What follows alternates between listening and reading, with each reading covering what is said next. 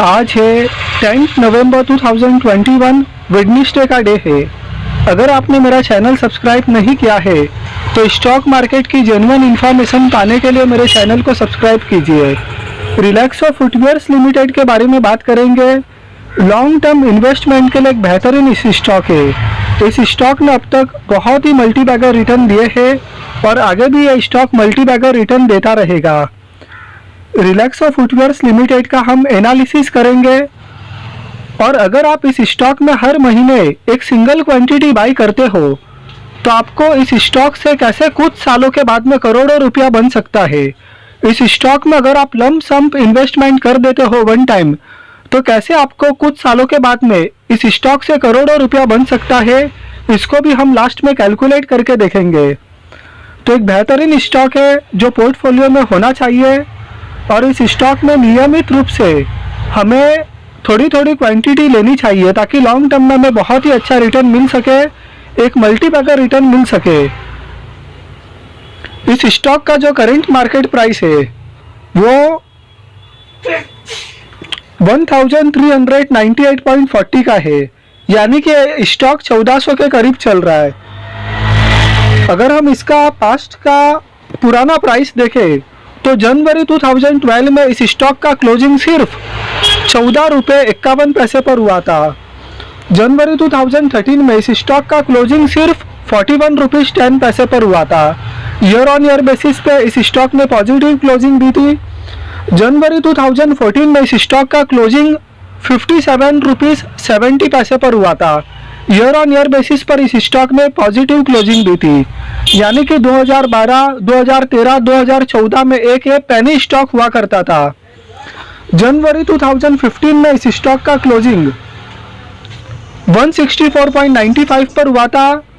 तो इस स्टॉक ने बहुत ही अच्छे return year on year basis पर दिया था जनवरी 2014 के कंपेयर में जनवरी 2015 में। जनवरी 2016 में इस स्टॉक का क्लोजिंग 233.68 पर हुआ था। ईयर ऑन ईयर बेसिस पर इस स्टॉक ने बहुत ही अच्छे रिटर्न दिए। जनवरी 2017 में इस स्टॉक का क्लोजिंग 218 रुपये 60 पैसे पर हुआ। जनवरी 2018 में इस स्टॉक का क्लोजिंग 311 रुपये 8 पैसे पर हुआ। ईयर ऑन ईयर बेसिस पर पॉजिटिव क्लोजिंग। जनवरी 2019 में इस स्टॉक का क्लोजिंग 367.08 पर हुआ। ईयर ऑन ईयर बेसिस पर पॉजिटिव क्लोजिंग। जनवरी 2020 में इस स्टॉक का क्लोजिंग 737.15 पर हुआ। ईयर ऑन ईयर बेसिस पर पॉजिटिव क्लोजिंग। जनवरी 2021 में इस स्टॉक का क्लोजिंग 823.70 पर हुआ। ईयर ऑन ईयर बेसिस पर पॉजिटिव क्लोजिंग और इस समय यह स्टॉक 1398.40 पर ट्रेड हो रहा है, यानी इस समय इस स्टॉक का करंट मार्केट प्राइस 1400 रुपये के करीब है। तो आप देख सकते हो कि जनवरी 2012 में इस स्टॉक का प्राइस सिर्फ 14 रुपये 51 पैसे था और 14 रुपये 51 पैसे से यह स्टॉक इस समय 1400 रुपये पर पहुंच गया है। हमें स्टॉक मार्केट में इतना बड़ा रिटर्न कब हासिल होता है? जब हम क्वालिटी स्टॉक में निवेश करके एक लंबे वक्त तक उस स्टॉक के अंदर हम इन्वेस्टेड रहते हैं, अपने पोर्टफोलियो से स्टॉक को बेचते नहीं है। उसी कंडीशन में हमको लॉन्ग टर्म में इतना मल्टीबैगर रिटर्न मिल सकता है, अदरवाइज हमको इतना मल्टीबैगर रिटर्न हासिल नहीं हो सकता है। इतना मल्टीबैगर रिटर्न हासिल करने के लिए हमको लंबे वक्त तक स्टॉक में इन्वेस्टेड रहना पड़ता है। स्टॉक मार्केट में ऐसी स्क्रिप्ट की कमी नहीं है जो इतने मल्टीबैगर रिटर्न दिए, ऐसी आपको बहुत सारी स्क्रिप्ट मिल जाएगी। बस स्टॉक मार्केट में पैसा बनाने का एकमात्र तरीका यही है कि आप अच्छी स्क्रिप्ट में लंबे वक्त तक इन्वेस्टेड रहे, एकमात्र तरीका यही है। इसके अलावा स्टॉक मार्केट से पैसा बनाने का दूसरा कोई तरीका नहीं है। तो आप देख सकते हो कि कैसे यह स्टॉक सिर्फ 14 रुपये से 14 रुपये से 1400 रुपये तक पहुंचा। तो जिनके पास में इस स्टॉक में, जिन इन्वेस्टर्स के पास में इस स्टॉक में पुरानी होल्डिंग है, आज वो बहुत ही अच्छे प्रॉफिट के साथ में इस स्टॉक में बैठे हुए हैं और अभी भी अगर इस स्टॉक में निवेश करते हैं तो अगर ये स्टॉक 14 रुपये से 1400 तक पहुंचा है तो ये स्टॉक 1400 से 15,000 20,000 तक भी जाने की कैपेसिटी रखता है। हाँ, अगर बीच में स्टॉक स्प्लिट हो जाए, बोनस हो जाए, तो फिर स्टॉक उस रेशियो में डिवाइड होके नीचे भी आते हैं। तो यहाँ से भी इस स्टॉक में बहुत अच्छा पोटेंशियल है अपसाइड में जाने के लिए, कि अगर ये स्टॉक 14 रुपये से 1400 तक आ सकता है तो 1400 से 15-20 हज़ार तक भी जा सकता है, क्योंकि कंपनी इतनी बेहतरीन है, मैनेजमेंट इतना बेहतरीन है। ये स्टॉक जिस सेक्टर को बिलोंग करती है, फुटवेयर की, जिसकी डिमांड कभी कम होने वाली नहीं है, और फुटवेयर का कभी कोई ऑप्शन भी नहीं निकलेगा। जूता चप्पल पहनना मतलब हमको पहनना ही है। जब हम इसकी बैलेंस शीट देखते हैं तो total reserves and surplus 1547.57 crore है। पहले 1092 करोड़ था, उसके बाद में 1247 करोड़ और अब 1547 करोड़। तो रिजर्व्स एंड सरप्लस में भी काफ़ी बेहतरीन जंप है। लॉन्ग टर्म बोरिंग्स जीरो है, यानी कि लंबी दूरी का जो कर्ज है वो कंपनी के ऊपर कुछ भी नहीं है, ये बहुत अच्छी बात है। शॉर्ट टर्म बोरोइंग्स यानी कि जो कम दूरी का कर्ज है, जो शॉर्ट टर्म का कर्ज है वो भी जीरो है। तो ये कंपनी एक प्योर डेट फ्री कंपनी है, क्योंकि कंपनी के ऊपर लंबी दूरी का और कम दूरी का कोई भी कर्ज नहीं है। और उसके अलावा cash and cash equivalence 7.69 crore, पहले 2.22 करोड़ था, उसके बाद में 4.09 करोड़ और अब 7.69 करोड़। तो कंपनी के पास में कैश भी काफ़ी अच्छे हैं पहले के कंपेयर में, और टोटल असेट्स 2175.80 करोड़। तो कंपनी के पास में असेट्स भी पहले के कंपेयर में काफ़ी अच्छे हैं। तो बैलेंस शीट के ऊपर कंपनी की सिचुएशन काफ़ी अच्छी नज़र आती है। वो अच्छी इसके लिए है क्योंकि कंपनी के ऊपर किसी भी तरह का कोई कम दूरी का कर्ज नहीं है, लंबी दूरी का कोई कर्ज नहीं है। ये कंपनी पूरी तरह से एक डेट फ्री कंपनी है। जब हम इस कंपनी का प्रॉफिट एंड लॉस अकाउंट देखते हैं कि कंपनी का पिछले कुछ सालों में सेल्स कैसे रहा, नेट प्रॉफिट कैसे रहा, ईपीएस कैसे रहा, और जब हम ये मार्च 2010 में कंपनी का सेल्स देखते हैं तो 554 करोड़ था, मार्च 2011 में 676 करोड़, मार्च 2012 में 845 करोड़, मार्च 2013 में 981 करोड़, मार्च 2014 में 1180 करोड़। कंपनी 2013 में कंपनी का सेल्स 3 फिगर में हुआ करता था और 2014 में कंपनी का सेल्स 4 फिगर में पहुंच गया। और उसी तरह से आगे के सालों में 1441 करोड़, 1668 करोड़, 1661 करोड़, 1941 करोड़। मार्च 2019 में कंपनी का सेल्स 2292 करोड़ तक पहुंच गया, जो मार्च 2019 के पहले 2000 के करोड़ से कम था। और मार्च 2019 में कंपनी ने 2000 करोड़ के ऊपर का सेल्स पोस्ट किया। मार्च 2020 में 2410 करोड़ और मार्च 2021 में 2359 करोड़। तो आप देख सकते हो कि कंपनी का sales year on year basis पर कितना अच्छा इंक्रीज हुआ, कि मार्च 2010 में कंपनी का सेल्स सिर्फ 554 करोड़ था और मार्च 2021 में कंपनी का सेल्स 2359 करोड़। तो आप देख सकते हो कि कंपनी का sales year on year basis पर कितना अच्छा इंक्रीज होते गया।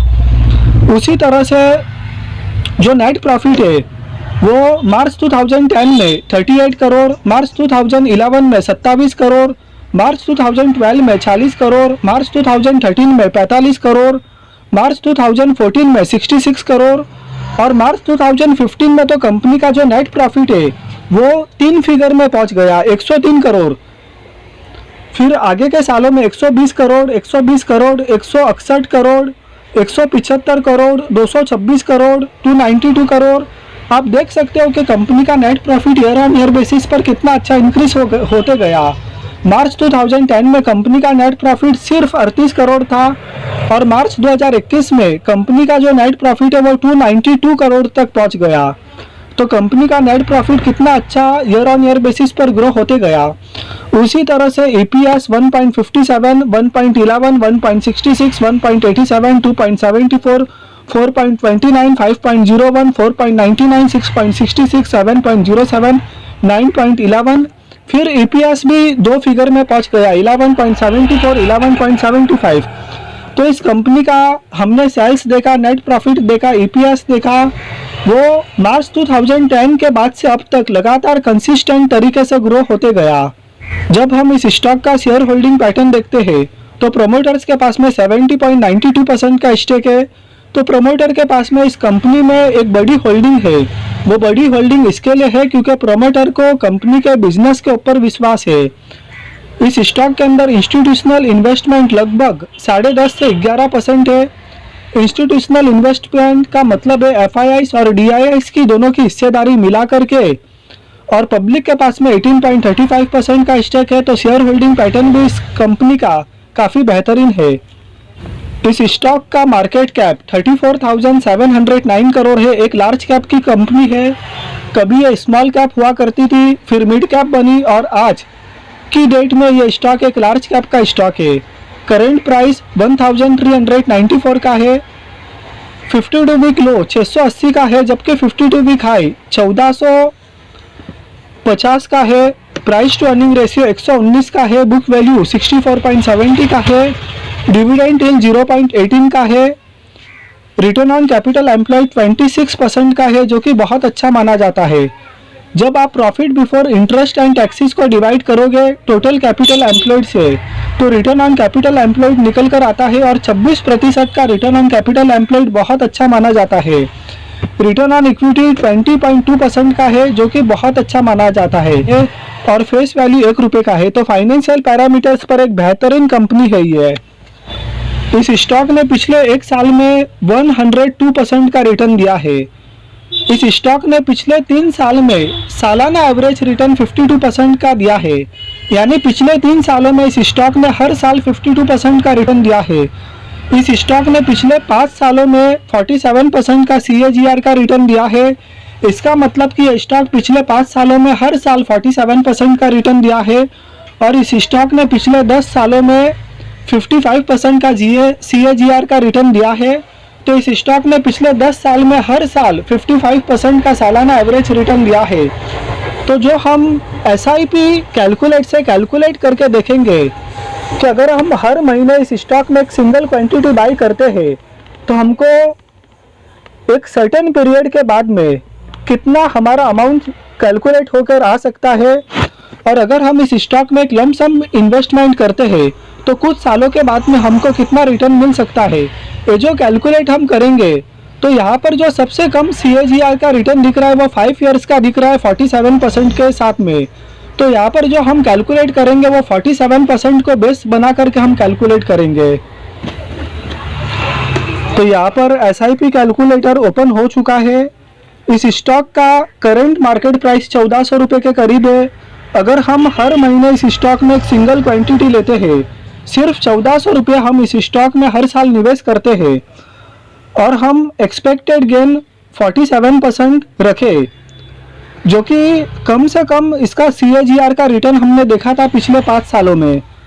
और अगर हम इस स्टॉक में 20 सालों के लिए ये SIP कंटिन्यू रखते हैं, तो 20 साल के बाद में जो अमाउंट निकल कर आता है वो 37.52 करोड़ का निकल कर आता है, जो कि एक असाधारण अमाउंट है। तो अगर आप हर महीने इस स्टॉक के अंदर 1400 रुपये निवेश करते हो और 47% हम एक्सपेक्टेड गेन करते हैं, और अगले 20 सालों तक अगर हम ये निवेश जारी रखते हैं, तो 37.52 करोड़ ये स्टॉक हमको बना करके दे सकता है। जो अमाउंट इन्वेस्टेड होगा वो 3,36,000 का होगा। और अगर हम इस स्टॉक में 1 लाख रुपया वन टाइम निवेश कर देते हैं और एक्सपेक्टेड गेन 47% रखते हैं, तो 20 साल के बाद में जो अमाउंट निकल कर आता है वो 22 करोड़ रुपया निकल कर आता है। अगर हम इस स्टॉक में 1 लाख रुपया एक साथ में निवेश कर दे और अगले 20 साल तक हम इस स्टॉक में निवेश करके रखे, इन्वेस्टेड रहे, तो अगले 20 साल के बाद में 22.20 करोड़ इस स्टॉक से हमको बन सकता है, जो कि पिछले 5 साल का इस स्टॉक का 47% का सालाना एवरेज रिटर्न रहा है। तो यहाँ पर जो हमने 1400 रुपया लिया था एक महीने का, तो जैसे जैसे स्टॉक का प्राइस बढ़ेगा मंथली SIP अमाउंट भी इंक्रीज होगा। तो ये तो सिर्फ हमने एक बेस बना के कैलकुलेट किया है, जो एक्चुअल होगा वो जैसे जैसे स्टॉक का प्राइस बढ़ेगा तो आपका मंथली इन्वेस्टमेंट भी बढ़ता रहेगा। तो एक ऐसा स्टॉक है जिसने अब तक बहुत अच्छे रिटर्न दिए हैं, और अगर आप इस स्टॉक में रेगुलर निवेश करते हो और या आप इस स्टॉक में एक साथ में लमसम निवेश करते हो तो भी अगले 20 साल में आपको यह स्टॉक करोड़ों रुपए का अमाउंट बना के दे सकता है, क्योंकि यह स्टॉक इतना क्वालिटी है, मैनेजमेंट इतना बेहतरीन है, कंपनी जिस सेक्टर को बिलोंग करती है उस सेक्टर का डिमांड कभी कम नहीं होगा। तो आप अपनी एनालिसिस कीजिए, रिसर्च कीजिए और अपने फाइनेंशियल एडवाइजर्स की सलाह लीजिए और उसके बाद इस स्टॉक में निवेश कीजिए। जनवरी 2012 में इस स्टॉक का क्लोजिंग सिर्फ 14 रुपये पर हुआ था और करेंट मार्केट प्राइस 1400 का चल रहा है।